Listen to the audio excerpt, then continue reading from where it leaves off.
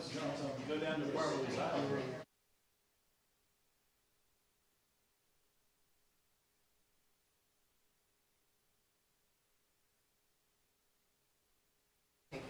Just low tide. I couldn't believe I saw a boat just cutting. I went.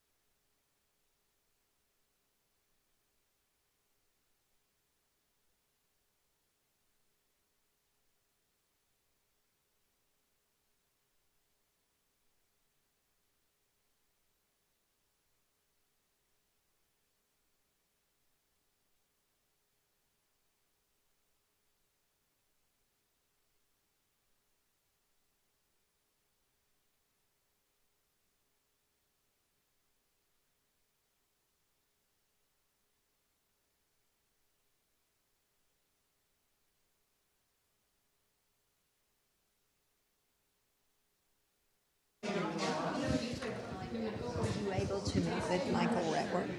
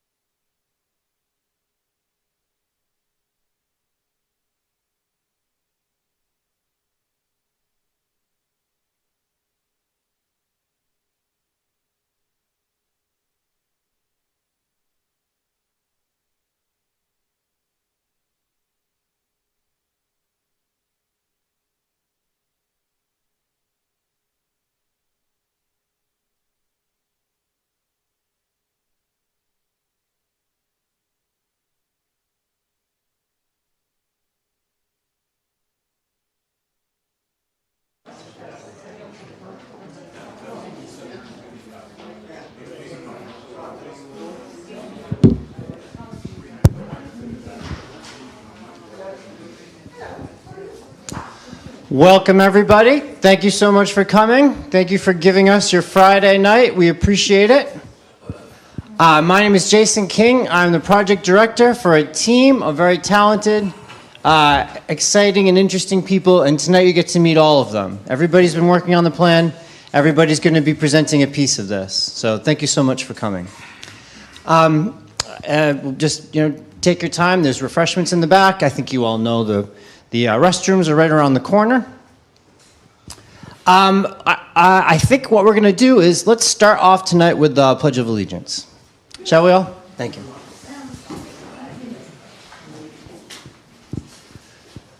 I pledge allegiance to the flag of the United States of America and to the republic for which it stands, one nation, under God, indivisible, with liberty and justice for all. Thank you.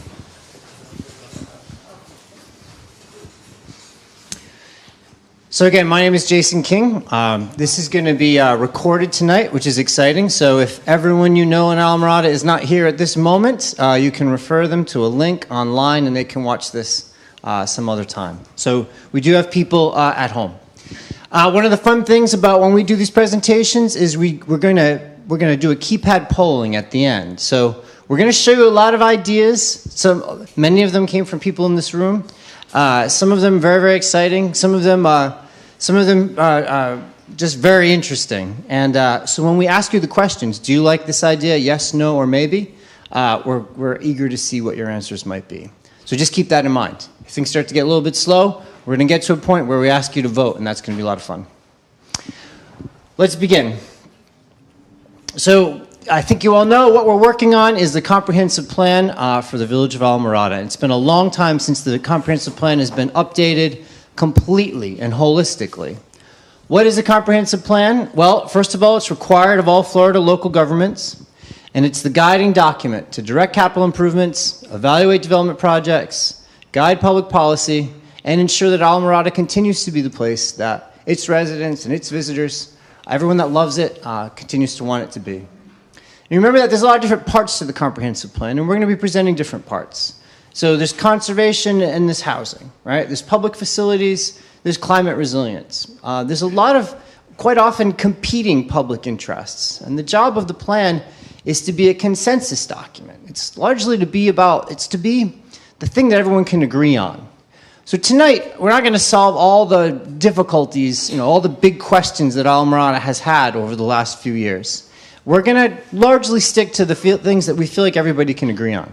But nevertheless, we're going to ask you at the end, in each one of these big ideas, is the plan on the right track?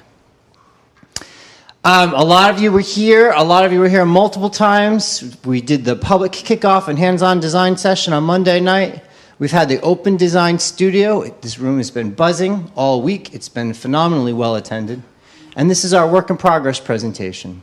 But at the same time, you'll remember that this isn't the end of the conversation, not even close. This was sort of like the listening session, right? We're pinning up ideas. You go to architecture school, you put your ideas up, you get criticism, critique, and then you revise. We talk about proposing and disposing. Well, that's going to happen. There's going to be ideas here that are not going to make it into that draft. The draft comprehensive plan we start working on immediately, and then we'll be back in the fall. We'll be back in the fall for a workshop presentation. And by workshop, I mean we'll set up boards, we'll have the meeting table again, we'll have interactive dot exercises. So, so that'll be another pinup, another chance to react to the plan. And then we begin the formal approval process in the fall and in the winter. There's a good chance we'll have a comprehensive plan adopted by winter of 2026. Now, I see a lot of, actually you see a lot of faces you recognize, right, from this picture. So many of you were here that night. We had over 65 people, for a village of roughly 7,000, that was really impressive. And everyone stayed till the end, which was really cool. People were gathered around tables, you were working on it with markers and with dots. You are filling out surveys. We've got a stack of surveys and input that we've been incorporating. And then you presented to us. You presented the big ideas, the way you saw it, and we're going to be talking about those big ideas tonight. Through the week, we had over 45 people just drop in, just come in to listen or to look over our shoulders, really, and to react to what we were doing. And then we also had over 90 people attend our technical meetings. And that was, again, all of the different comprehensive plan elements. Recreation and open space, future land use. We talked to neighbors. We talked to the Department of Transportation. We talked to police. And we talked to fire and emergency response people. We talked to pastors in the community. We talked to business owners, longtime residents, new arrivals, people who've been here for a very long time, people who just left Michigan and were so happy to be down. So it's been a terrific conversation. And a lot of these conversations were one-on-one, which was probably the best part. In total, we had over 135 people participate in person, like this, live in one way or another. And then if you count all of the people who participated virtually, we have an online survey, or like tonight, we're watching from home. It's nearly 400 people participated in the creation of this plan this week, which is, again, unprecedented. You do big cities and you don't talk to that many people. It's really impressive. That survey that I mentioned is still online. If you go to the village's website, you see a link somewhere in there near the Almirada Comprehensive Plan survey, now live. And we encourage you to continue to take that survey, or rather we encourage you to encourage others to take that survey. So let's talk about what we heard. I'm going to say the first thing that we heard, if you were there Monday night, and a lot of you were, we were implored to learn the history of Almirada, right? The history that's not taught in schools. And Frank, a member of our team, took that very seriously. So let's do that. Let's start with a look back and a look forward. What was the date of the previous comprehensive plan? Oh, I'm sorry. You're talking? What's that? He won the last comprehensive plan. What was the date of the previous comprehensive plan? Let's see. We say 30 years ago, but I believe it was something like 1990. Let's see. Yeah, there we go. It was right after this mission statement was established, 1998. Yeah. Now I will say, there's been there was a recreation plan, there's transportation plans, there's coastal plans, there's a lot of other plans that have been done, and you have all been part of that. And I should also say, this plan builds upon that. But a wholesale rewrite, redo of the comprehensive plan, it's been a long time. And customarily, it's 8 to 9 years to be renewed. Good question.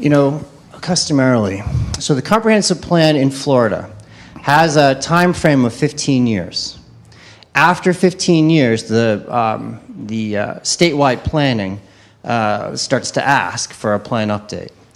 Things are a little different here. Things are a little different here because as an area of critical state concern, more of what happens in terms of land use and zoning, as you know, is decided elsewhere, right? So that was both good and bad. It was good in that it's been a very lively and active planning conversation, but it was bad in this comprehensive plan hasn't been revisited. And most Florida communities do this probably once every 5 years. So, good question. Where can we get a copy of the 30-year-old plan? The 30-year-old plan is available on the village's website. We were able to find it. There's a link. Is planning. You go to the planning department and you go to documents, and you can find it there. Yep. Yep. So, if you said that you didn't anticipate this being adopted until the winter of 2026, but I thought during your presentation you were like, well, it should only take about 8 to 10 months. Right. And that was back in October. Yeah. So, typically in Florida, it takes 2 years to get a comprehensive plan adopted. This community wants to move quicker. They want the people here in this room who we're talking to all week to be the people there at that adoption meeting. They asked us to do it they asked us to make this an urgent project. So yes, so we're looking at less than 12 months. Now, that said, there's also a community that wants to make sure that everyone is substantively involved. If it takes 2 years or 3 or 4, well, that's not unheard of either, and we're here for the duration. What is the protocol? Must it go to state also? It does, yeah. A draft will go to statewide planning, and they'll come back with their comments before it can be officially adopted here locally. All right, yeah. I appreciate that. Any other questions about the process? I guess just one, will it go to the council for approval before it goes to the state? So the council is the first people who have to approve this plan? Yes, it will go to the council first, then it goes to the state, and then it comes back to the council. Yeah. It'll come back from the state with comments. And then what will happen is draft amendments that we'll make. All right. These are good questions. Thank you. I glossed over it because we've got so many beautiful things to show you. But this is important stuff. Frank? So, good evening, everybody. Yeah, it did start, and it stemmed, as Jason said, Monday night when we had the kickoff meeting, and I know a lot of you were here. There were 9 presentations on the work tables, and the very last one, and actually one of the last people to speak actually was Mr. Moore, and he made a very passionate plea for us to understand your culture, your history, the richness, the stories that are here. And we took it very seriously as well. We always do a dive into the places that we work in. And I'm going to tell you, I'm a gringo from New York that wound up being in Texas. And I've been to Florida, but I've never been to the Keys, and I've never been to this area. And over the past 3 days, it's been amazingly fascinating, the things that I've discovered. And please, nobody judge this presentation as being scholarly or even, it's really a drive-by. But even within the few days that I've spent here with our team and all of us, we just marvel at the history that's here and the culture that exists. And it's really important for us as planners, as architects, to understand that, and for the community as well, because unfortunately, when we lose our cultural resources and our historic structures, we can never get them back. We can get a picture, we can tell a story, we can get an oral narrative of it, but you can never get it back. And so you do still have a very rich inventory of historic structures. And what makes this place so unique is that when we go to places to plan, we're generally looking at buildings or districts and the history of that. But the history here it's water, it's the ocean, it's the sea, and the stories that came out of it are amazing and need to be continually told. So we all know what you are. Before I got here, I read it like, wow, you're the sports fishing capital of the world. And I mean, again, spending a week here, I fully understand that, and you can see it. And you've always been that. But when you go deeper into your history and your origins, they're fascinating. From when Native Americans first settled here and they roamed this part of the world, on to the Spaniards as they brought on their expeditions and ultimately their settlements, and the beginning of trade, and how trade brought shipwrecks and a whole industry that before today I thought was, when I call a wrecker, I'm calling a tow truck to my house. And here you had a whole wrecking industry that so many people prospered from. It was just an amazing story. And those stories are all over this place. You can see this map in the center. That's a map that just shows all the shipwrecks in the Keys. It's amazing what happened here. And many, many stories are here as well. And it all started here by sea, but then, of course, in 1907 came the rail, and that totally transformed everything. The connection from the mainland all the way down to Key West, and the stories that brought as well, and the importance of the rail and the overseas. It existed in 1907. It was up until the Great Hurricane of 1935, when it was basically taken apart.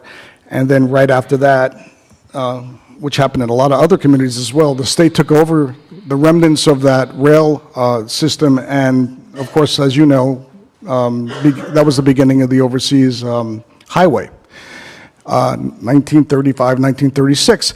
And again, this was happening all over the country, where this is pre-interstate, but it was really the beginning of the use of the car, an affordable means of transportation for people, for families, for trade, and that's what you all got here. You got the full connection of this highway system. This highway system is your US 1, but it's also really, in Americana, this is your Route 66. It's got amazing stories that are told by it. And in fact, in 2009, this section, the Overseas Highway, was designated an All-American Highway. That's something that's given out by the Federal Highway Administration for really important transportation systems that are more than that. Scenic, the Route 66, the Blue Ridge Mountains, all these incredible highways around the country are designated this, and this one is as well. It's really important. And you all know the good, the bad, and the ugly of what US 1 is for you. It's your lifeline. It's also can sometimes be very frustrating as we drive through it. But it's a really important system. And the state recognized that as well by putting together the Overseas Heritage Trail, which is really a beautiful idea, not only for people that are coming down or using it, but also to be able to recreate on it and to learn the history of this area. This system is really amazing, and I was really fascinated by it from so many different levels, from the history side, the cultural side, to be able to move through this highway without necessarily being in a car. It's a really important project, and it's something that we obviously you'll see is woven through our proposals as well, our comprehensive plan. But roadside architecture in the 40s and 50s also brought roadside attractions and motels and hotels, and you're no different. Your architectural vernacular, we say, we're looking for what your identity is, and a lot of your identity came from the highway. And so your roadside architecture, your mid-modernism, started to develop during this period. And the nice thing about it is you still have a lot of that inventory here today. As you can see, these are some examples. It's not only architecture that identifies a place or a highway or a rail, it's also signage, it's iconic elements that identify you and separate you from other parts of the Keys.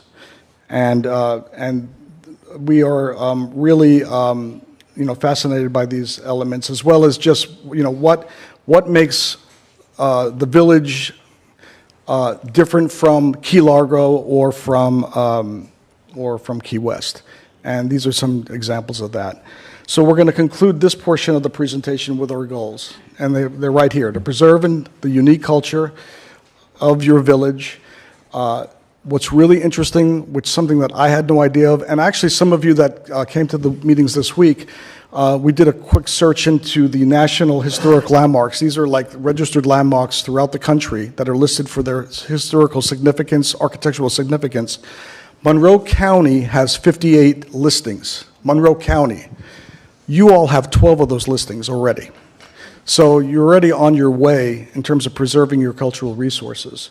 So the things that we would also like to have you consider are some action items. One is to conduct a comprehensive historic resource survey of your historic properties, structures, shipwrecks, lighthouses, and to be able to do that, as well as to come up with recommended guidelines to keep your community yours, your identity yours, and then ultimately to look at an arts and cultural district master plan. So that concludes my presentation. Thank you. You're familiar with the Historical Preservation Commission? So I just found out about it, yes. Yeah, I have. All right, so. What else we heard? We heard that when it comes, remember we asked you guys this question on Monday night? One word that comes to mind about Almirada now And you remember the first word to appear was traffic, and that was the only word on the board for a little while, and it got bigger and bigger. The more times people said traffic, the larger it appeared. It's home and it's ocean and it's beautiful.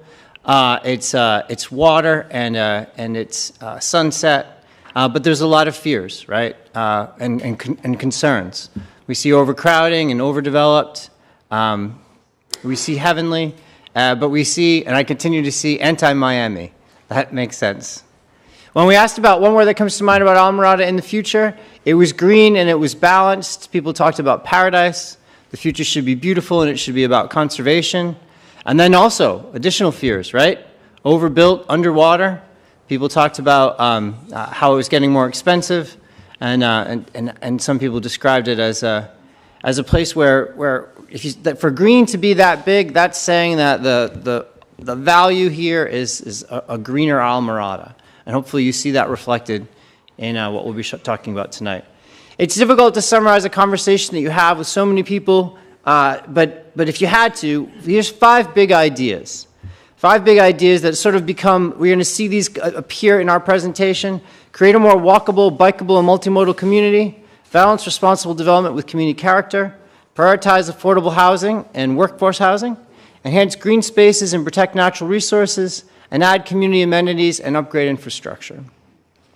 So big idea 1, create a more walkable, bikeable, and multimodal community.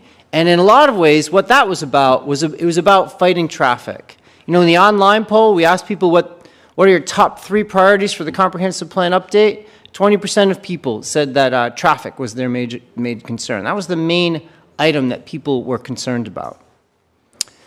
Right, because it's getting worse and worse. And people asked us, why is it getting worse? What is happening? And our economic consultant had a perspective on this, Kevin Hively from Ninegret Planning. He had a perspective on this that a lot of people found quite eye-opening. I did. The village added approximately 1,000 jobs between 2012 and 2022, and that's 32% job growth. At the same time, the village added only 8% more housing units.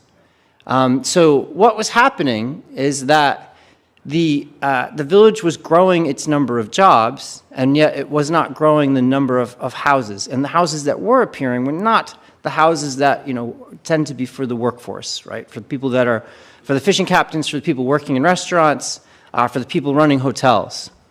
So in 2012, 31% of village employment was local residents, with 68% commuters. And then that went way up.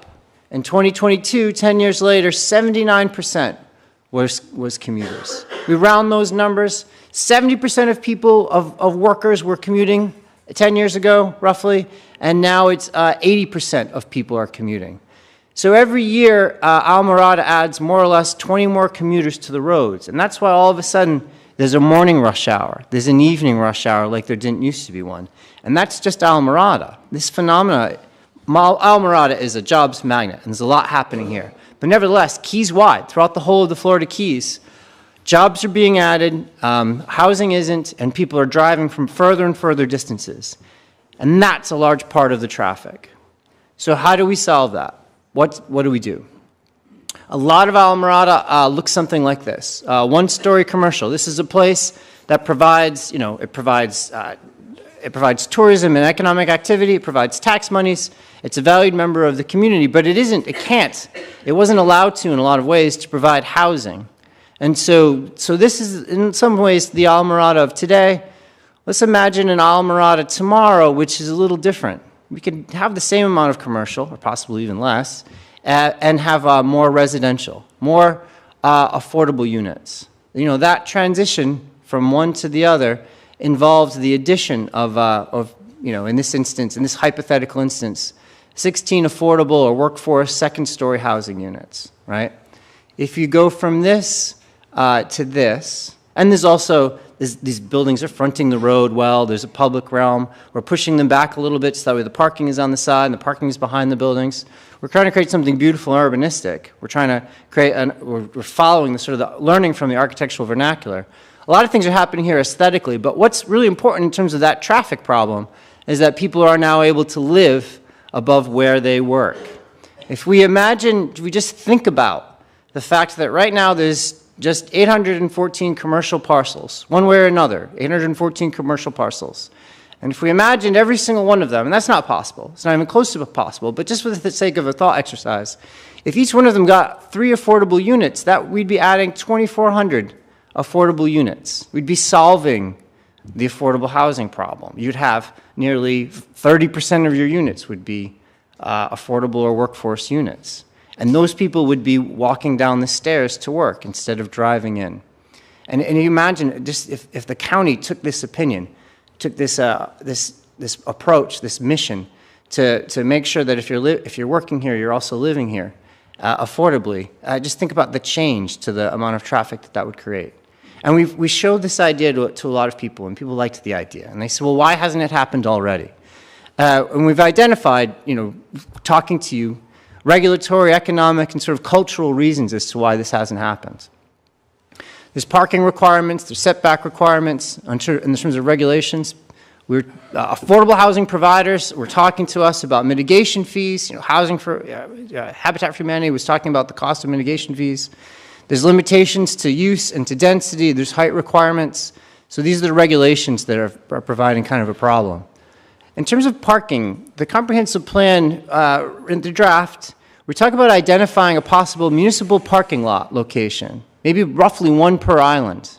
These parking lot locations could be spots where cars come, they stop, and people then just get out of their car and they walk around. And that takes cars off of the road, And then this shouldn't fall onto the taxpayer. A special tax-paying district potentially could be created to establish the maintenance of these lots. Or maybe that's not the ideal optimal use for the former Silver and Spice spot. We'll be asking you about that. We've got a couple ideas that you'll hear about tonight, and we'll be asking you about it. But if you are able to identify sort of lots, spots where people can park, you're both getting them out of their car and you're relieving the small businesses of the need to provide that parking, And you're also you're taking cars out of the neighborhoods by identifying places. People tourists especially, want to get out of their car and they want to walk. And so that's one thing that we're doing. But it's a long walk. A lot of times it's a long and hot walk. And so we were talking about investigating the possibility of an island circulator. This was another consensus idea. This was another very popular idea. Not through the hole. There's no reason to go down to Lower Matacumbe. They're doing fine by them. They don't want to be bothered. But you can imagine this circulator moving from Winley Key to the Phils, from effectively Ocean Grill and Hog Heaven down to Papa Joe's, right? So then we asked Tony Garcia, our transportation expert, and he said, would people really ride it? And the reality is yes, people will ride trolleys who will not ride buses. And we observe that in places that have both. Locals could ride it because it's a safe way to have a great time on a Saturday night without getting pulled over. Visitors could ride it. It's an Instagrammable experience. And the workforce would ride it too if they were able to park in a spot and then use it. Can Almirada pay for something like this? Yes, but it would take a mix of approaches. We'll talk about federal and state transportation funding. I've worked in so many communities that have gotten a circulator, and it's just a terrific thing. Almirada is actually, it would compete well for the grant funding that I'm aware of. Then it could also be transportation impact fees, where hotels and businesses are helping pitch in to pay for that circulator. A mix of approaches are used. It should be fast and simple. It should be unique. It shouldn't look like this picture. This is somewhere else. It should look different. It should have the art of Almirada. It should be pleasant and attractive. It should have a historic design, perhaps, I recommend. Open windows. It shouldn't be too much advertising, and it absolutely has to be ADA accessible. The thing is, you can remove, and this is from the Florida Department of Transportation, this is a graphic we made from a fact that they gave us. We can take 400 cars off the road with just 4 circulators. 4 circulators moving around can take a lot of cars off the road. Now, through the meetings, people came and said, let's bring back the train. I love the idea of bringing back the train. We've been working in Miami to bring that train down from South Miami to Homestead. Pam and I, it's been one of our missions. It's very difficult.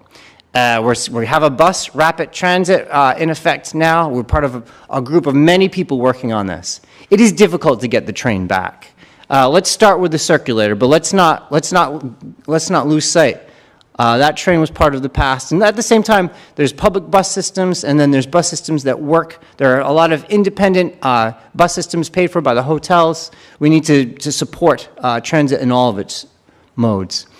Right now, Islamorada, it is something like, only 5% of trips happen not using a car. 5% of trips. The comprehensive plan can set the goal that it should be 15% of trips. So instead of a single person by themselves in a car, more walking, cycling, and transit. And we'll be talking about the kind of changes that would happen there. One of the ideas that I really liked that came out of our meetings was this idea. There's Old Highway. There's a lot of room on the roadways. Old Highway, I was surprised to find out, is something that local people do not feel comfortable walking. They do not feel comfortable biking, especially at night. They do, absolutely, but it's just not their preferred thing. They'll drive instead of using it. There's quite a bit of right-of-way that could be used potentially for something like a low-speed vehicle path, right? In ways, this could be like, Ocean Reef, if you've been there, is a golf course community. People are taking their bikes around. There's no reason why taking their golf carts around. There's no reason why this couldn't happen here. We looked pretty much the whole, and this really surprised me, but pretty much the whole of Old Highway, from north to south, had opportunity for that kind of facility. And there is so much funding for alternative modes of transportation facilities like this. So that was a pretty exciting idea. We recommend that one goal, reduce car dependency to access Islamorada's amenities. We recommend that we look into allowing low-speed vehicles on secondary roads, and we really recommend that we evaluate the potential for a new low-speed vehicle path that allows such vehicles, and cyclists and pedestrians. Right. We also recommend one of the other impediments to this idea of housing above. One of the other impediments is just funding. So developers are allowed to, and they have their own affordable housing allocations, but there's nothing that incentivizes or even makes it financially possible. I'll tell you that a lot of communities facing the same issue that Islamorada is facing, that we work in, have something called a real estate transfer fee. So when properties over $1 million get sold, a small amount of that goes to the Affordable Housing Trust. Islamorada has an affordable housing trust. So we recommend that we investigate the feasibility of a real estate transfer fee for workforce and affordable housing. It's 2% contribution on property sales over $1 million. That's the idea. And then that money would go to the Housing Citizens Advisory Committee, go to the local planning agency, and go to the elected officials in order to decide how to spend. But this could be, in other places, this has been a huge source of revenue for building affordable housing. And it was also interesting how much housing exists that is underutilized. Habitat for Humanity has units that are currently for sale, and then we put together Habitat with the owners of restaurants in a conversation we have right here, and we realized that there's probably room. It might be a good idea to create a list of available units on the village's website and to reach out to business owners like we did here in the Charrette informally to inform them of the village's housing resources. Now, one big idea, we're not sure about this yet, but it's worth talking about. One big idea is it's possible that you can't solve the workforce housing problem without coloring outside of the lines. It's been recommended many times, and we're going to look into the idea that maybe there's a community offshore, a community on the mainland, a walkable, complete, compact, connected, mixed-use community with a mix of ages and a range of incomes. But maybe there's a place where the workforce lives that's a little less expensive than Islamorada, and they're able to come here with a dignified route in transit. One last idea for me, balanced responsible development with community character. It was said at one of our meetings, and I thought it was great, build well or not at all. And so we asked what were your favorite places. And Green Turtle Inn, so many people talked about that. Pierre's was a popular place among locals. People talked about how proud they were that the Islamorada's Visitors Center came out so well, and that the architecture is so reflective of Keith's history. We did a community image survey. You placed red and green dots. And really quickly, we'll just go through this really fast. Green equals green dots, and red equals red equals bad, green equals people want to see more of it. When you show a walkable mixed-use environment, people were very excited about it. And when you show the alternative, a drive-only suburban place, people were less excited. When we showed buildings that address the streets, yes, people said. When we showed buildings in the typical format, off to the side, pulled away, parking in front, a lot of red dots. People liked the idea that, if you get new hotels or restaurants or anything, it could be in a different kind of format, not the off-the-shelf format that you would see it in anywhere USA. We showed cool, cutting-edge, postmodern architecture. People were like, nope. We talked about how one addresses the water. We showed a canal, maybe from France or from Italy. And people said, nope, the way that you address the water in the Keys is a light touch, and the lighter the touch, the better. You'll see that represented in some of the renderings in the work that we did. We showed you the Spanish Mission style that everybody likes in Coral Gables and in South Miami.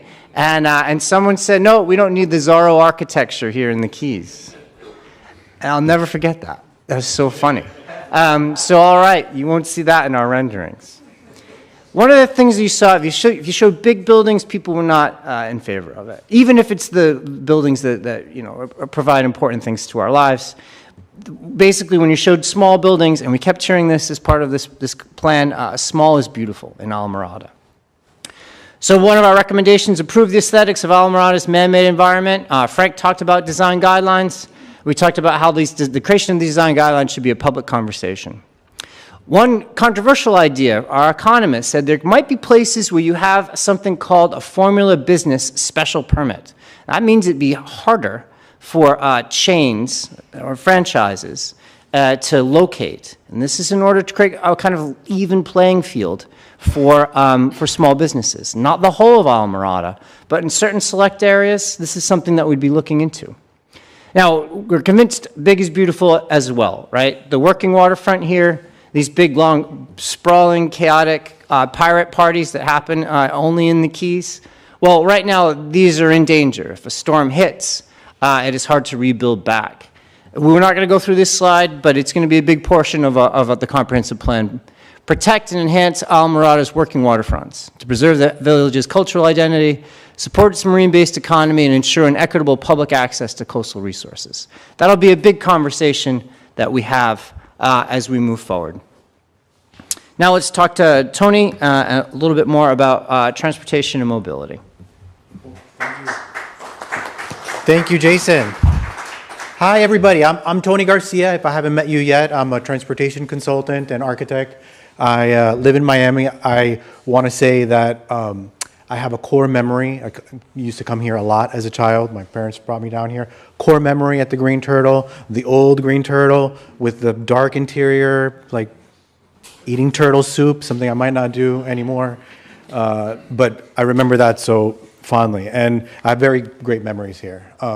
So Jason talked a lot about what we heard already. Traffic, right? Traffic. We've experienced it here with the construction on the road. Coming to the studio from our hotel just up the road took 40 minutes some days, right? That's a problem. That's a problem for us visiting. It's a problem for all your visitors, for you all as residents, as locals. Within that, we also asked on our online poll, what about transportation is an issue?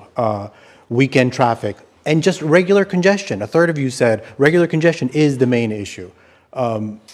So Jason started talking about transportation. He buried the lead a little bit, and I'll get to tell you, widening the road is not the answer, right? Adding more lanes is not the answer. And this is recent news. You may be in favor of widening the road, adding more lanes. You may not. The county just started to open the road for adding capacity to the bridges and elsewhere. Generally, we don't believe that that's the answer, especially for a community like yours. Everything that Jason just showed you is in opposition to that. Creating a more village-like atmosphere, you don't create more lanes. And you don't need to dive into this, and if you want to talk about it after, there's a study that FDOT did recently that they're redoing again because they didn't get the outcome that they wanted. But it shows very clearly, nested in this data, the 4-lane sections actually have more traffic by substantial margin. You all are that blue line That's around 20 to 21,000 cars. Up in Marathon, where there's 4 lanes, it's 28 to 32,000 cars a day. More lanes add more traffic. And you don't have a huge transportation network like we work with all over the country, where there's a lot of ways to get around. But when you add ways for people to get around outside of just driving, you get better outcomes. People will ride their bikes. They will take the circulator. They will walk if you give them real choices. What you have right now is not that. You have to get in your car to drive. You have to get in your car to cross the street. That's a bonkers situation in my view. And here's just a quick diagram that explains why this is true just in the physical realm. If you had more space to work with and you were in a suburban context, you'd have to get in your car to go to a location that was right next to your house, arguably. The highway right now acts like all of those cul-de-sacs that doesn't let you go 5 minutes across the street, right? But you shorten the crossing distance and give people more ways of getting to their destinations. That takes the load off of the one street that you've got, right? Just a little bit of setting the stage here and the scale for most of you who live your whole lives in this world. The islands are not that big, right? If you think about how far you can walk in 10 minutes, this circle, this radius, it starts at roughly Chica Lodge and it goes to, I forgot where I left it, Mangrove Mike's. That's a 10-minute walk on the highway from where Chica Lodge is to Mangrove Mike's. You would never think of that, right? It's an easy walk if you make it humane and dignified. When you look at the bike shed, it's the whole island. You could bike from the middle of the island in 10 minutes to where Publix is, if you had a humane and dignified way to do so. And it's not for lack of trying, and I'm going to show you a bunch of images of people trying. We've been here for a week, and we see every single day, every block, people crossing or on their bikes or walking at their own risk, right? So I think the major goal here, I could have made 10 goals out of this, and we will, but the major goal here is to make a resilient system so that when you do have to do work on your road or where there is traffic, you have other ways of getting around as locals and also your visitors as well. And part of that for me is making a master plan for the overland, the Heritage Trail that connects it, and I'm going to talk about that in a second. Thinking about your village center areas. Jason showed an image of the retrofit of just one site, but you're not going to retrofit every single site, right? That's not practical. It's not real. You have a lot of protected areas, and you don't want that. You don't want a consistent layer of urbanism across the entire set of islands. So where do these villages occur? And those are the places where you're going to need to really invest in infrastructure and in slowing people down. And then thinking about where those crossings occur. And I'm going to actually talk about each of these policies in a second. So how can we make it easy to walk and bike? We heard from a lot of people, a lot of you. I have heard even outside of this conversation from others during this week. And I saw for myself people crossing wherever.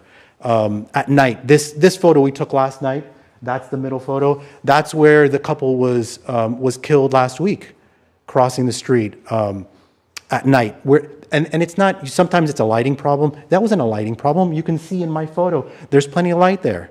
It's still nighttime, but you can see. People just don't have any way of crossing the street safely. The bridges are a problem, right? They're very narrow for accommodating 2 lanes of traffic, and then all the people who want to walk and bike on the sides. And then elsewhere.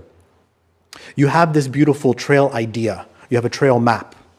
And it's got a lot of nice lines that say that there's a trail there, but it's not there yet, right? You have, in some places, 3 feet worth of pavement or asphalt that serves as your trail.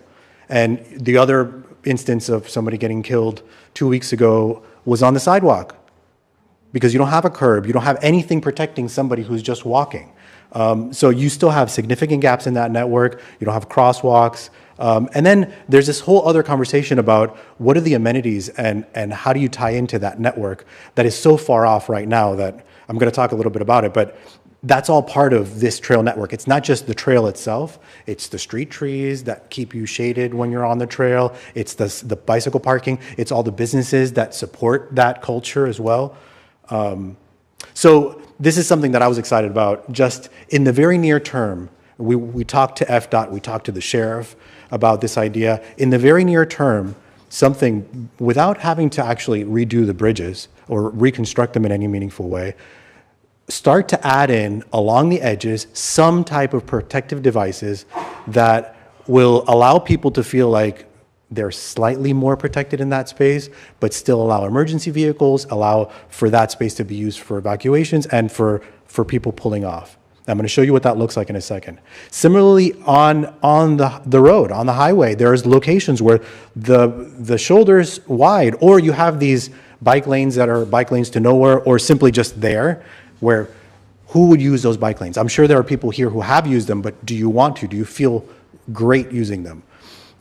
It's about safe and convenient facilities. So how can we reinforce and harden this edge so that it's flexible, but still allows for people to feel like they're safe.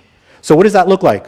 There's all different types of very low profile delineators and protective devices that are mountable. They will correct a car if it starts to veer off onto that side. And depending on how you space them, you still allow people to come in and out of that lane if they need to.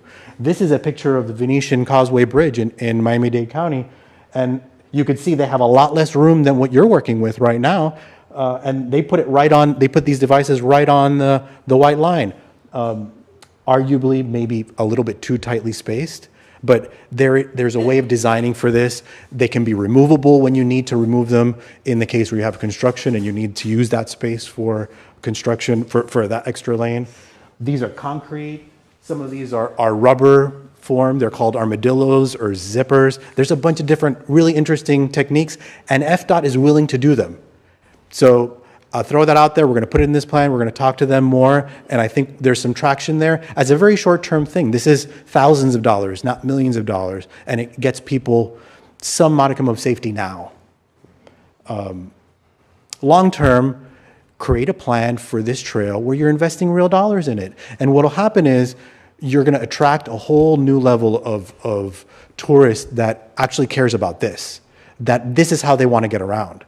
It's a park once mentality. That's kind of what Jason was talking about. You park one time at the hotel, and you don't ever need to go back to your car. I'm sure people want to do that because you're on vacation. You don't want to sit in traffic while you're here, but what choice do you have? Last night when we were at the restaurant, I saw a gentleman carrying his daughter on his shoulder, on the shoulder. That's not normal or okay, right? You need to invest in your infrastructure. I know I'm preaching to the choir here, but so just the final note on this is, there's a whole series of a set of policies and other components that go into being a trail town. And I could very easily see this be a trail town. It goes to the scale of this place, the culture, the weather. This is easy. You know where they have trail towns? Iowa, Idaho, places that have terrible weather. I'm sorry if there's any Iowans here. But they have a very strong culture of people going there on bicyclists, not bikers, right? Here's the most controversial thing, which should not be the most controversial thing, which is that you have no humane way of crossing the street. It is wild to me. And on the one hand, I understand you have one way in and one way out of this place. The fires last week just brought all of that to light, right? It made you feel that even more acutely. But there has to be some other compromise. And so it goes back to the conversation we're having about where are your village centers? Where do you urbanize? Where are people crossing the street? And where do you want them to cross the street safely? And how can we do that? And so we talked to the sheriff this week about potentially and to FDOT about traffic circles. A lot of folks don't like traffic circles, but what they do is they provide an inflection point for drivers to have to slow down to pay attention to who's crossing the street. And so part of the conversation that you all have to have with your neighbors is, yes, we want to be able to get out of town at 50 or 60 miles an hour, but really the statistics don't allow you to do that if you're really wanting to create safe streets. you want your streets to be 35 miles an hour or even slower than that for people to survive these crashes. So one thing that we heard was in terms of the policy of not having crosswalks. We heard from the sheriff, he doesn't like to have crosswalks. And he said people are paying attention more, they're more careful if there are no crosswalks versus if there's a crosswalk, it gives people a false sense of security. And there's some wisdom in that. I think that there's something to that. But then really aggressively enforce the speed limit so that everybody's going slow so that we give everybody a fighting chance. And this is statistical. You have much better chance of surviving as a pedestrian or on a bicycle if you're hit at 20 miles an hour than if you're hit at 40 miles an hour. And that's why you have these crashes. It might be because of light, it might be because you don't have crosswalks, whatever the reason is, the ultimate reason is, we cannot fight against the 2-ton automobile at 40 miles an hour.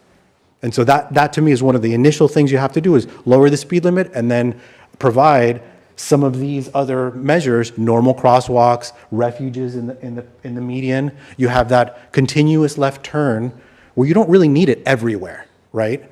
There are places where you can put a median where people can cross and feel like they can not play Frogger with traffic, right?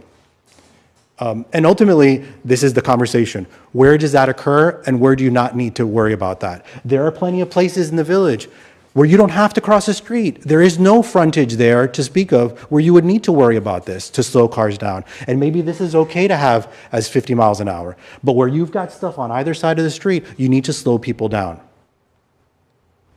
And so one of our main goals is to reduce crashes. We've highlighted what those crashes are, lower the speed limit, and start adding crosswalks, and prototyping some of these measures, the traffic circles. Also, I know I'm going over for my guys, but I have to go here. The traffic circles also will help if you think about where the old highway meets US 1. You know, those weird spots, these are great for that because it gives everybody a chance to go and kind of clarifies the turning movements in those locations.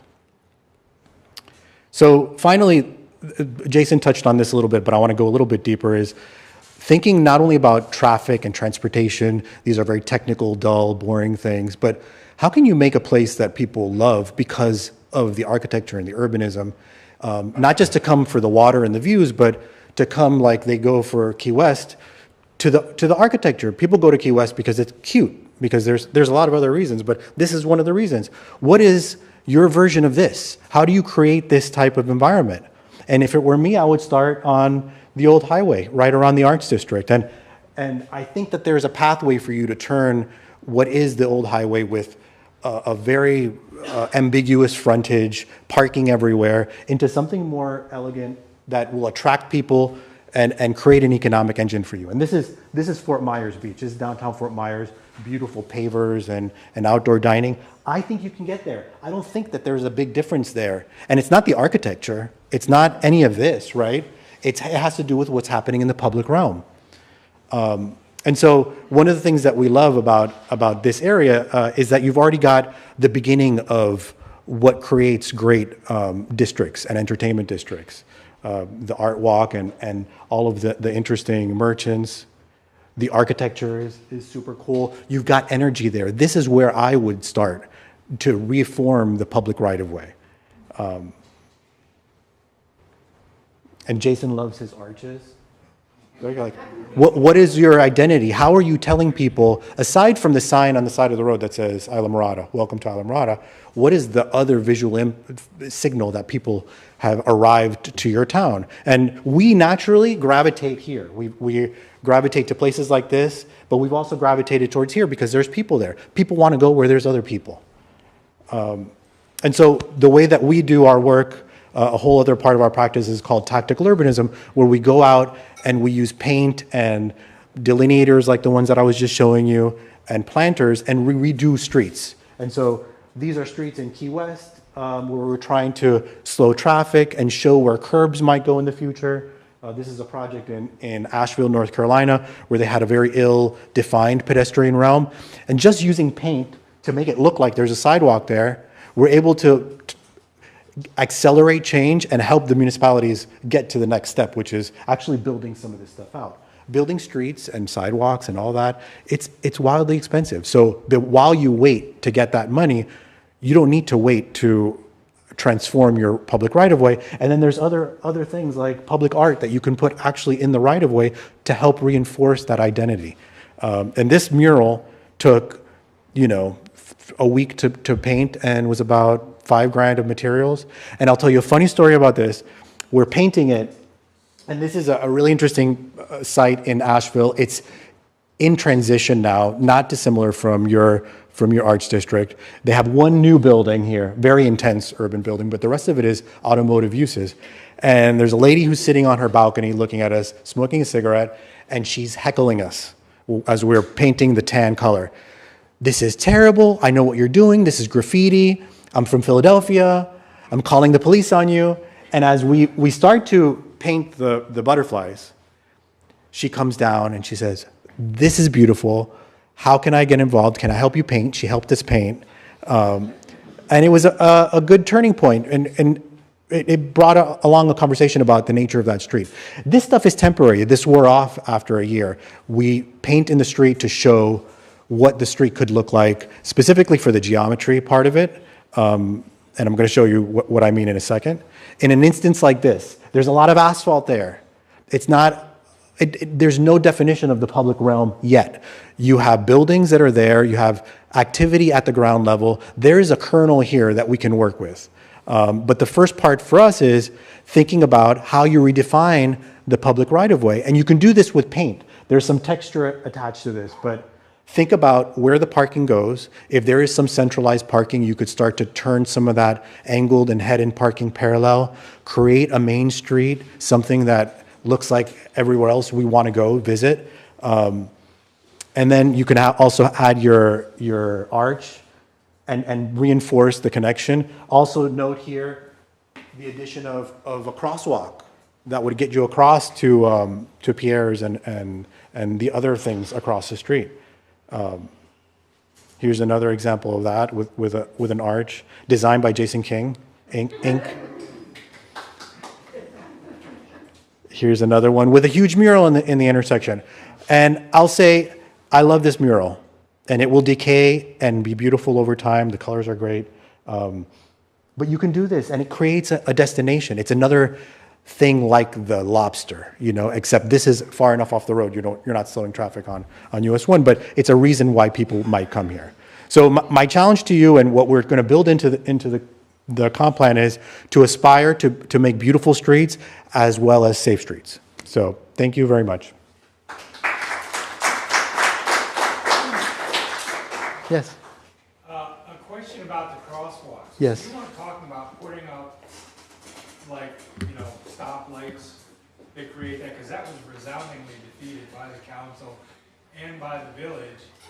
We all expressed our opinion, because especially most of this traffic here, there's one traffic light up on Plantation Key, and that's how it affects all this traffic. It's backing up. That's why crosswalks were so heavily defeated down here. We don't want more areas to create traffic backups. Well, I'll say, and I think I made this point clearly, there's going to be I think you have to decide as a community how much traffic you're willing to support. And then if you want to support the other modes that will take the load off of the traffic, there's a middle ground there. And it's going to come at the expense of speed.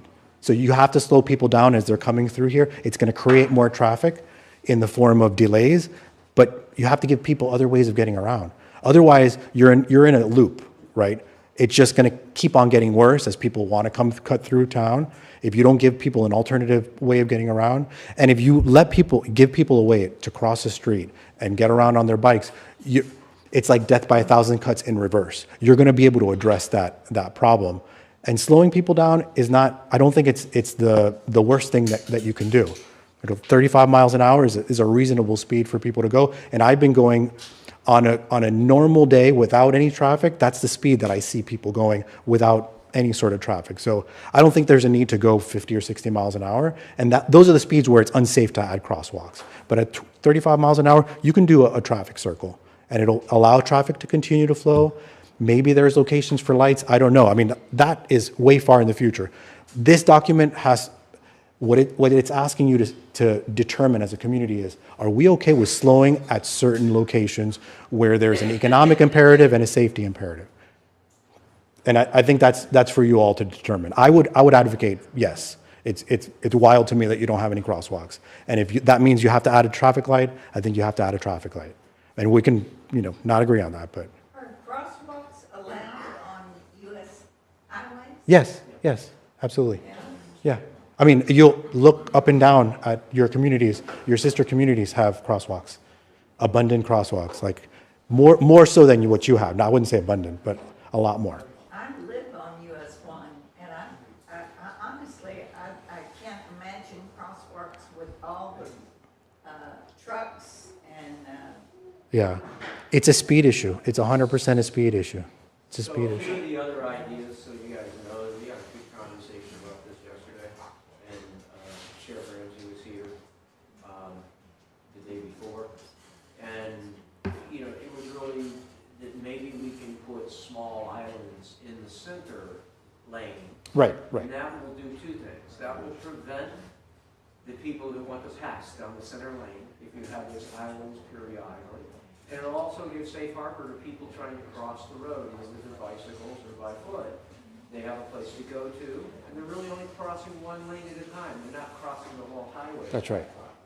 So there, the thing is with any of these brainstorming things that go on, we want to get all the ideas up there and allow these guys as experts to come back and say, hey, look, these are the ones we want to really that hold water for this community. We're going to come back and reflect these to them.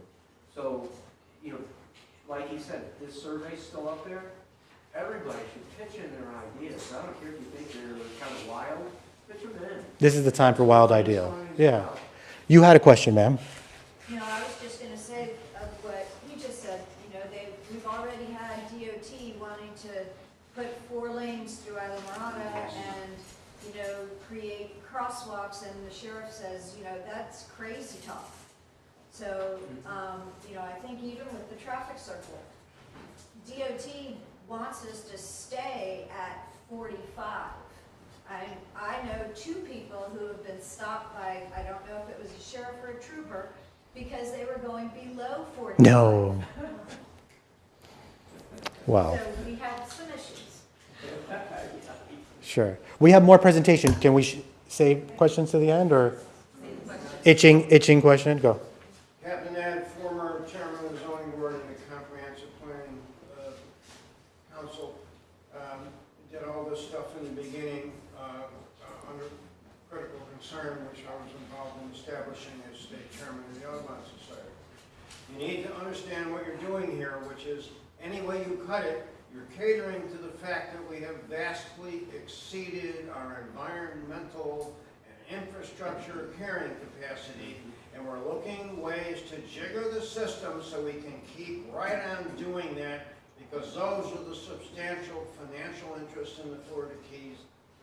And what you could really do to solve all these problems is explain to the Florida legislature that they should allow local communities to manage vacation rentals.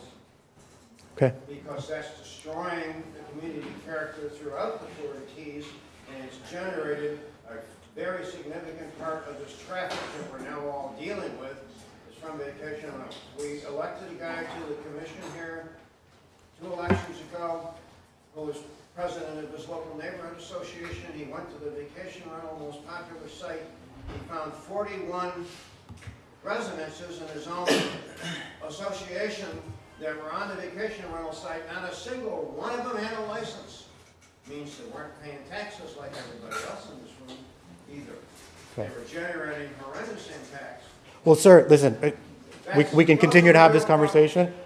I want to get to you. You had a question? I was just simply wondering, all these brainstorming ideas that you guys have, which are no doubt interesting, do you vet these to the sheriff's office? We had a conversation with the sheriff yesterday. A lot of what I'm showing you, the circle, the medians, we talked to him And the yesterday. DOT?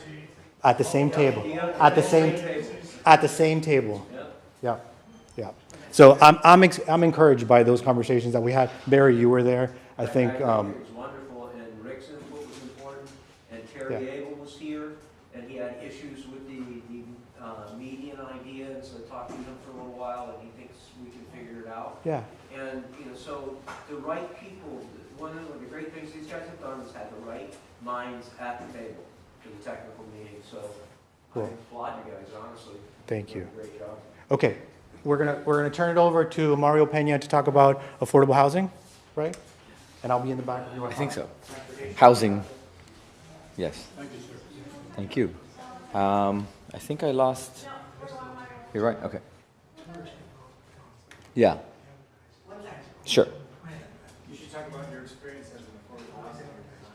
Sure. So, thank you, Jason. Yeah. So I'm Mario Peña. I'm an architect, and I think Jason turned me into a planner a few years ago. We've been working together for a long time, and I got the bug of being a planner. So I like to say that I transferred my skill set from architecture to the big picture, and so I love working in the big picture.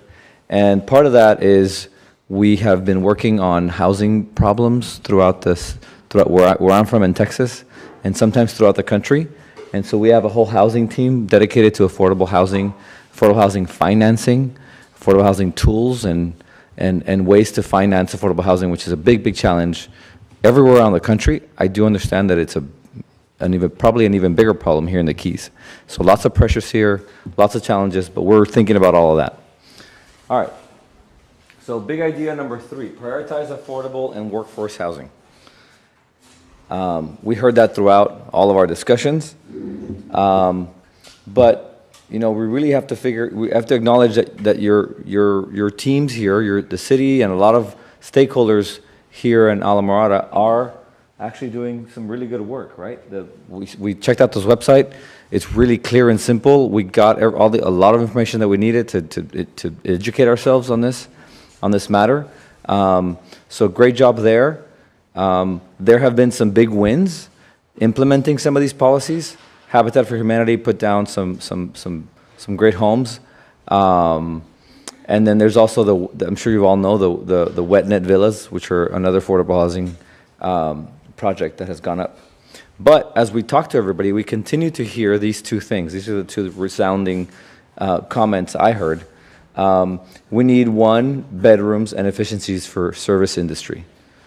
All right, the variation of houses that are being put on the ground probably aren't hitting the target here as much as they should be. And especially with so much of your workforce coming from out of town, we've been stuck behind some of the buses that are busing people in, right? So that's adding, even though they're buses, and as Jason said in the beginning, buses are a very efficient way to bring people in, but it's still an issue, right? And then the next thing, which this kind of hit me in my heart, we need our kids and grandkids to be able to afford to raise a family here with us, right? Everybody should be able to afford to live in the place they grew up, right? I certainly want my kids are in the back. So I certainly want my kids to be able to afford to live and to want to live where we live. Multi-generational living is really beautiful. So, and I lost my place here. Here it is. Okay. So we're thinking generally about sites, and we'll get to the sites in a second. Policies, funding, like I said, all of these will be in a toolkit in this comprehensive plan, and we'll talk about how that happens in a minute. But we wanted to show you the potential on some of the sites that we identified. They're city-owned, and we think that it was a good place to start experimenting with how housing could fit in some of these places. All right. So you might recognize this place. This is between Village and Monroe on the highway. And there are 4 lots in here. Actually, there are 5 lots in here behind the canal. And we think it could turn into something like this. Part of it is conservation, and we realize that this is a hammock type development.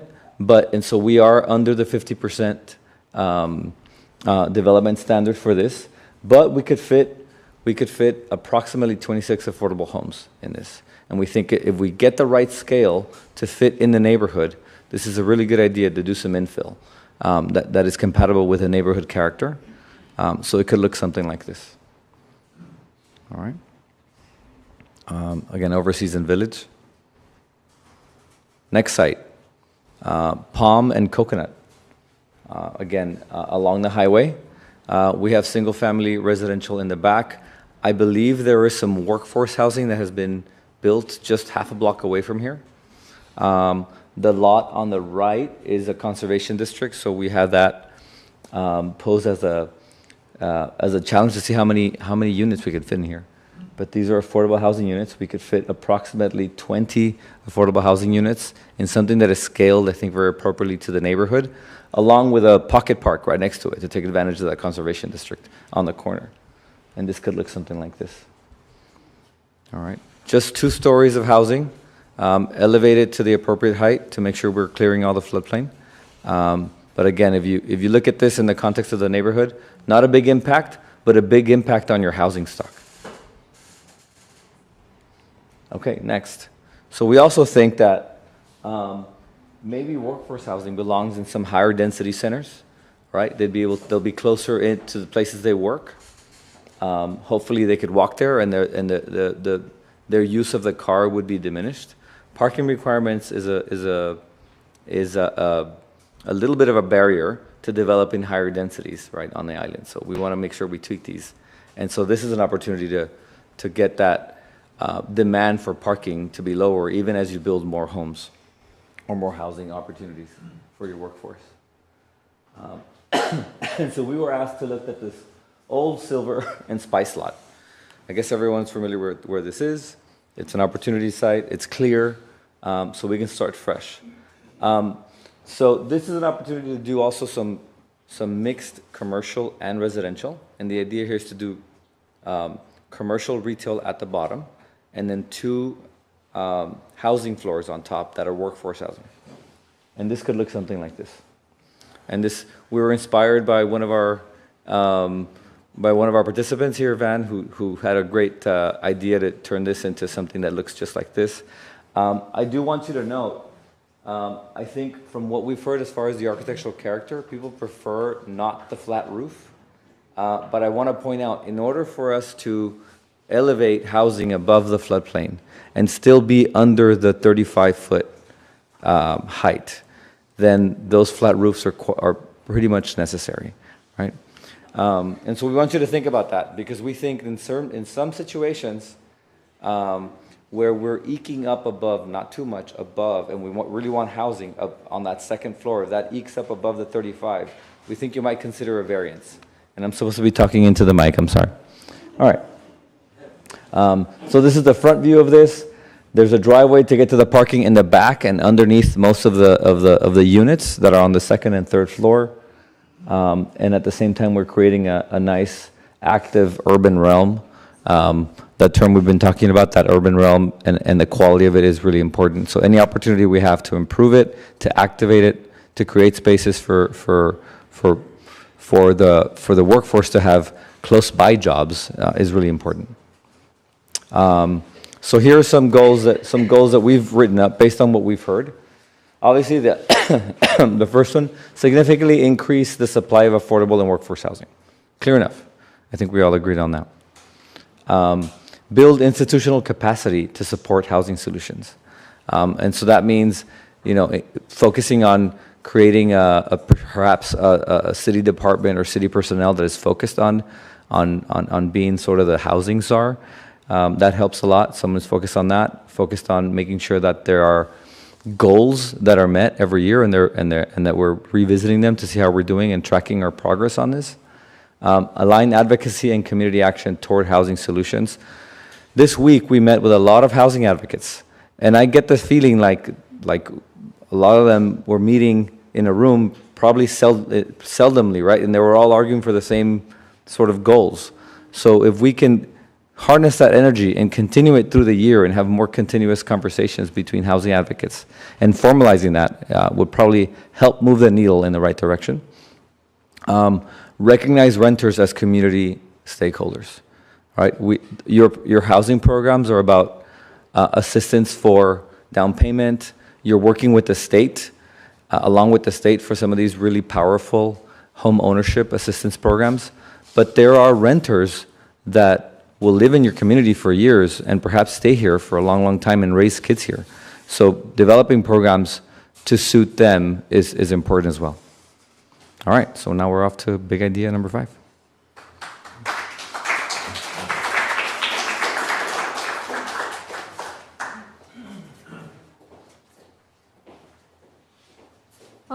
I'm a little shorter, so.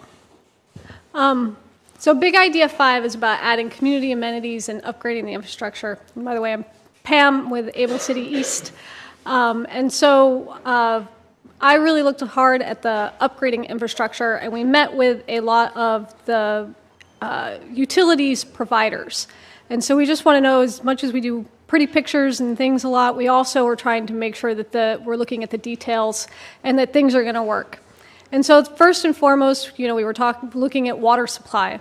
And so we talked to the Aqueduct Authority. The existing pipes, were put in 45 years ago, and that's what's causing a lot of that current traffic right now, is they're going through the process of upgrading and replacing those pipes. They're making them slightly larger. But they are doing that to make sure that there is adequate supply throughout the Keys, and they are also working on building redundant systems. So if there is a break in the line, they have other ways of getting water that they can push them back up the pipes. And so as far as water supply goes, the people that are on it and making sure that you do have your adequate supply and that it's in good condition. Next, looking at the electric utility, we talked to the Florida Keys electric utility, and they've also been doing some upgrades recently, and so they don't foresee any issues with capacity. And so as far as electric utility, you're good there as well. Wastewater, I am just super impressed on wastewater. It is almost unheard of to go from not having a wastewater system to having almost your entire community connected to a wastewater system in the amount of time that Islamorada has done that. I believe we were told there are only about 5 properties that are not connected to the system, and so just want to say good job. There's a lot of stuff that Islamorada has been doing well for many, many years and have put you in a good position. And so so as far as water supply, electric utility, wastewater, everything is good, but there's still policies that we could look at. We heard a lot about people wanting to increase the use of renewable energy, and so looking at how can you get more solar energy, either where you do have parking, to have it over parking lots, or encouraging it to be added to private businesses or commercial businesses. Also, one thing that came up when we were talking to the electric utility, is going more for electric vehicles, trying to be more green in that capacity. And so talking to them, increasing the ability to support electric vehicles. One of the key items they mentioned was not having super stations, but just having small 2 to 4 port stations, because then that doesn't put a strain on the electrical grid and doesn't cause any issues to other systems. And so a lot about Islamorada is keeping things small, and so just doing little things throughout is the way that this should go as well. Talking to Lori, our expert in wastewater treatment, just looking at making sure that we're continuing to provide a resilient collection and treatment wastewater system. Just making sure, taking a look at it and making sure that it is resilient to flooding and storms, and as sea levels rise, that the system gets upgraded appropriately to still be able to serve everyone. One major utility that Islamorada doesn't have as much is the stormwater, because there's not an overall municipal system. The stormwater is managed on a site-by-site basis, as well as in the right-of-way, and so looking, are there ways, different eco to techno range of ways of handling stormwater, just making sure that we're doing a better job. There's a lot of issues with people draining onto other people's properties, and so trying to use the goals and policies in order to improve that system. And so providing a resilient and effective stormwater system, improving the treatment systems that reduce the discharge and pollutants. This can be, making sure that parking lots and streetscapes have that green infrastructure, as well as working with the FDOT to treat their stormwater runoff from US 1 and not letting it go onto other properties. Part of that is to look for adequate funding in order to create those systems. So maybe the city or the village is managing stormwater within the rights of ways. And so that means they might be needing to add more bioswales or other infrastructure. And so how is that going to get paid for? And so looking for adequate funding in order to create stormwater capital projects, as well as the operation and maintenance of those. A big issue is the on-site, the private lots stormwater, and people perhaps putting something in order to get their certificate of occupancy, but then things change and they're no longer managing their stormwater needs. And so some of the items that we were talking about is making sure that stormwater continues to be managed on the private lots without it running off into adjacent properties or waterways. And so some of this is figuring out what are better solutions and working with the South Florida Water Management District, Monroe County, and the FDEP Green Stormwater Infrastructure in order to develop better ideas that people can live with on managing that stormwater on small lots. Right now it tends to be a lot of trench drains that people are putting in, and then they're filling them in once they get their certificate of occupancy because they don't want a big ditch in their yard. And so if we can come up with better solutions that people can continue to live with, then it's going to help people manage things on site. And one of the other items that I really liked that came up this week is, perhaps requiring gutters with cisterns in order to collect and hold some of that stormwater on site that can also be used then for irrigation purposes. Not quite a utility, but definitely part of the public infrastructure here is looking at water access. And so one of the key goals that we kept hearing from people was how do we retain, enhance, or even increase the public shoreline and water access. And so one of those key objectives is to increase public boat ramps and beaches and make sure that they are able to be maintained. Looking a little bit more at the green items, increasing Isla Morada's sustainability.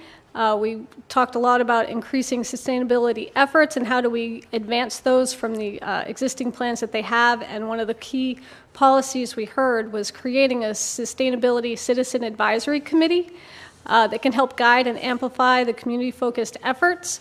And so that committee is really what sets the goals for the community, and you have a sustainability coordinator now here with the village, and so it's going to help give her more direction and more say in how we can move things forward. And so that's just kind of showing a lot of, getting into the nitty-gritty. There's definitely more policies and objectives that would go with this subject, but just, it's not just all the pretty pictures, but trying to make sure that we're hitting all the details that make this a great community as well. Just going to introduce Big Idea 4, because I had one more goal and policy that's added to that. And so Big Idea 4 is enhance green spaces and protect natural resources. And so definitely some of those key ones going with coastal resilience and protecting coastal and upland habitats. This is one of the big things, is protecting beaches where sea turtles nest, prevent those from becoming hardened edges so that those beaches remain.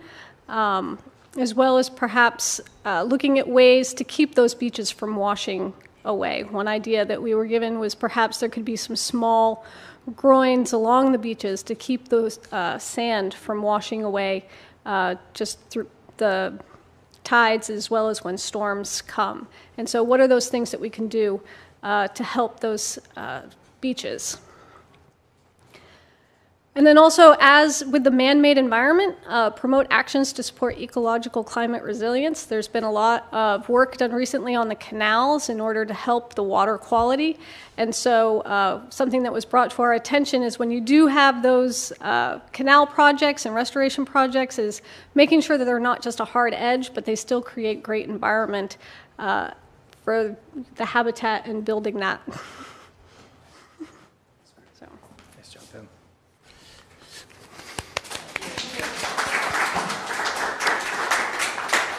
All right, we have one more. You guys have been so patient. We have one more idea to bounce off of you, and then we'll go to the polling. There's a lot more slides, probably 100 more slides that we could go into, but what we're going to do is talk about one more big idea and then start asking you what you think.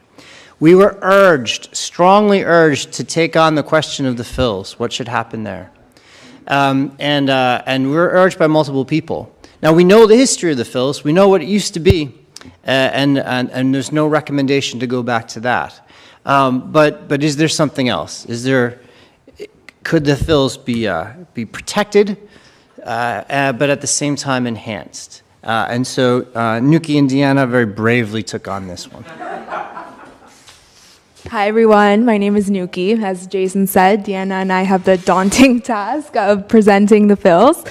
Throughout the week, we've been getting to know you guys and the community, and obviously the fills came up a bunch.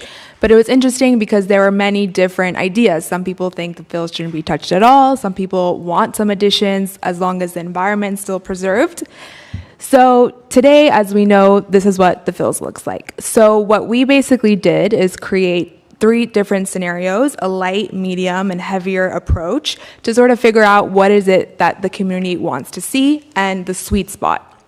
So the first scenario, which is the light touch restoration, this really involves mainly leaving the fills as it is with not too much additions. It focuses on the natural restoration with heavily planted understory, midstory, and canopy trees.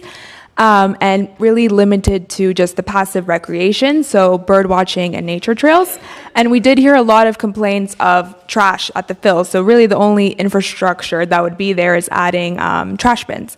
So this wouldn't be an issue. And scenario 1 involves no parking and boat and kayak access. So a very brief rendering of this, as you can see. It looks pretty similar to what it is now. We just have, like I said, some trash bins and some signage added to discuss the ecology and perhaps the rules of the fills. So the potential language of scenario 1 that could be seen in the comprehensive plan, the goal of scenario 1 would be to protect and restore the natural habitat at the fills while sustainably maintaining opportunities for public waterfront enjoyment. In scenario 2, it's a bit more of passive recreation and replanting. So this could involve a highway barrier by expanding landscapes, not only providing additional native plant species, but also creating a potential protective barrier for those who visit. This scenario 2 also has some increased accessibility, such as benches along the trails, and a bit more additional facilities, such as bathrooms and potential lighting for pedestrians. So another rendering of scenario 2, again, not too much development, but you do see a bike rack, some benches, and bathroom facilities. And again, the language that could be seen in the comprehensive plan, the goal for scenario 2 would be to enhance visitor experience and site sustainability through targeted infrastructure improvements and environmental stewardship. Hi, I was tasked with scenario 3. And that's active recreational islands, and it's not anything what it used to be before, but it includes all aspects of the first 2 scenarios that Nuki showed us. But it's layered with a little bit more light development, a barrier along US 1.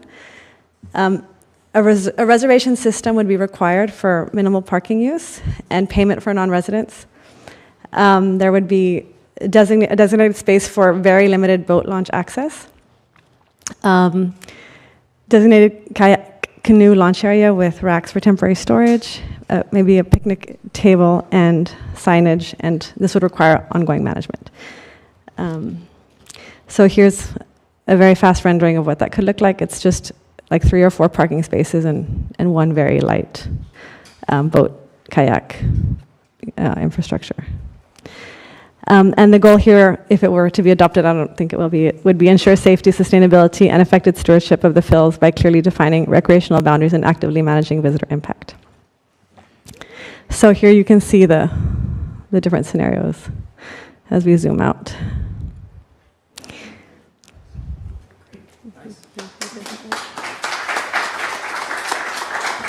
Well, we could talk all night about planning, and we would love to, but I think we'll respect your time. Pam, let's go to the questions. This is not going to be our last conversation. In the next conversation that we have, we can talk about coastal management, conservation, and climate resilience. But I think right now it'd be good for everybody to get out their phones, and so we're going to do the keypad polling where you're going to be voting on some of the ideas that you saw. I'm going to go really quick then to get to it. Okay. Yeah, let's do this way.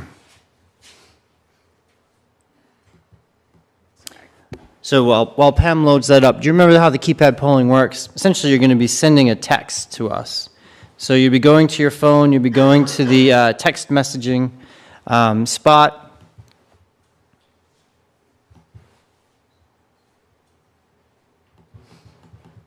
I think we just have about 6 or 7 questions.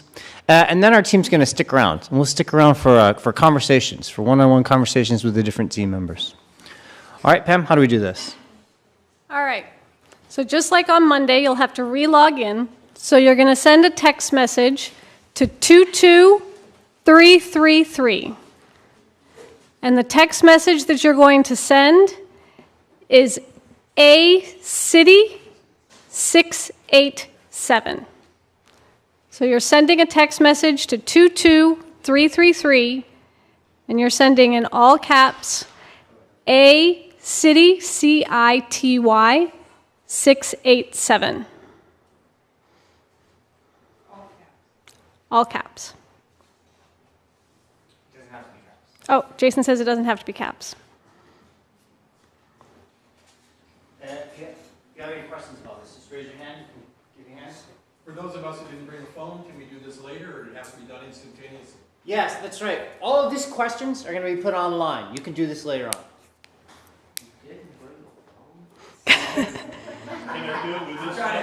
If you can send a text message, it should work. I can give him my phone. All right, so it should be, you should get a message back that says that you were sent into the system. And so when I ask the questions, you're just going to be sending the answer as a text message. It's just going to be letters. Does anybody else need more time getting in? Any help? Anybody can hook me up with this, I'll be happy. I'm not seeing how to do it. You can vote. You want to use my phone? You can vote on my phone. Okay. It's all anonymous.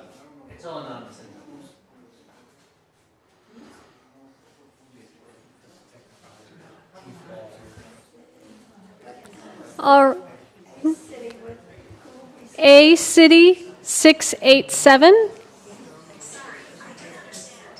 And you're sending it to 22333.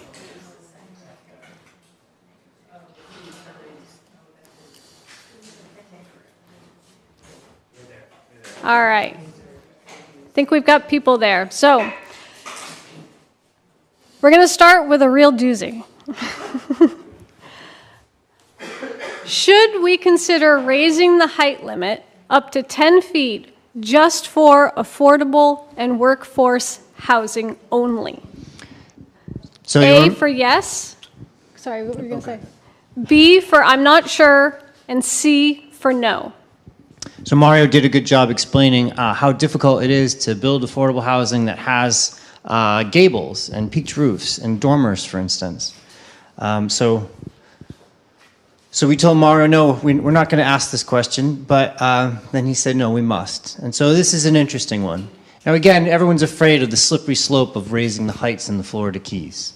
And that is an issue. At the same time, we're very strictly saying that it's the height limit for affordable and workforce housing only. I do have to say that just about everywhere we work, places that want to get affordable housing, we do have this bonus system by which people can get extra height in order to provide that housing. The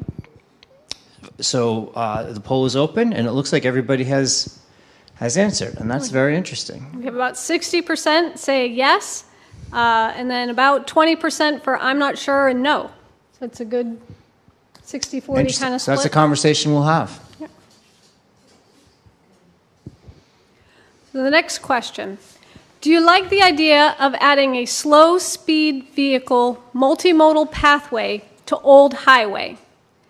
A is love it, B is like it, C is neutral, and D is I don't like it. So this is both Tony and Jason talked about these pathways along Old Highway and trying to make them give a space that's then safe, that people feel they can use these, not just the car. But it wasn't at all Tony or my idea. This is an idea that came from members of the public who are here tonight.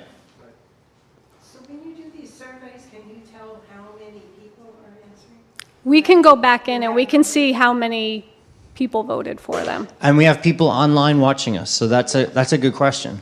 And they can vote as well. That's Yes. right, yep.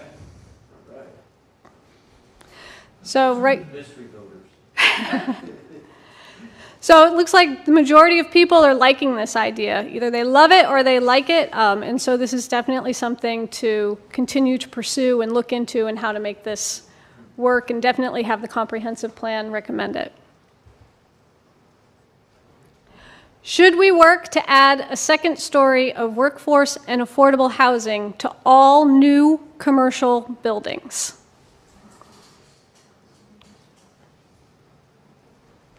So as Jason mentioned, people have wanted to do this. It hasn't worked out as well, but because there's barriers. And so it would be the village working on alleviating and figuring ways to fix those barriers. So should A for love it, B for like it, C neutral, and D I don't like it. And again, very positive. Everyone's liking it or loving it. And so that's really great. Do you like the idea of asphalt art for the arts district? We're going to ask two questions. One is asphalt art, and one is the arch. Personally, I'm a fan of both of them, but you might have heard, you could tell from Tony's voice that he's a little lukewarm on arches. So this one is just asking about the asphalt art. If we do an arch, you're gonna come down and melt it? Oh yeah, sure, absolutely. That'd be the highlight of my planning career. Yeah, absolutely. So it looks like, again, very positive response, lots of people loving it, few liking it, none saying no, so that's really great. I'm going to go to the next one, which as Jason mentioned, is do you like the idea of an arch for the arts district? Now remember, fire trucks have to be able to go through there, the UPS has to go through there, there are big delivery trucks that need to get to the brewery, so it's got to be tall enough, it's got to be wide enough. Answers are still coming in, but not as positive as the asphalt art. But there's no negative. No, there's definitely no's don't like it, still love it, it's like it, and then I could go either way. But we don't want to, feel free to, Pam and we've been professionals for a long time. If you don't like one of our ideas, even the beautiful arch, feel free to be honest. Selling used cars.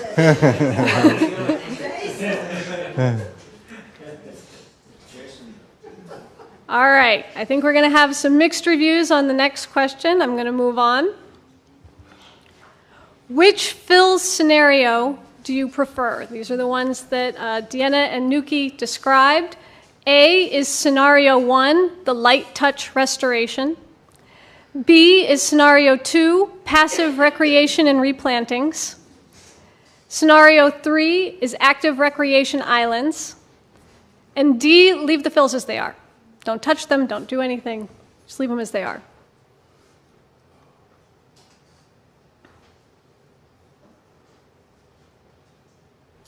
So there's about half the people are saying scenario 2, the passive recreation and replantings, with the next largest being don't touch them, leave them alone, with about 30%. So definitely some mixed feelings, but maybe some direction, ideas. It's something that, has a lot of different agencies that deal with the fills, and so we'll keep that in mind as moving forward. And now our last question. Based on the things that you've seen tonight, and there's a lot more that's going to go into the comprehensive plan, is do you feel the plan is on the right track? A is absolutely, B is yes, C is maybe, D is no, and E is I need more information. I can't really tell you yet.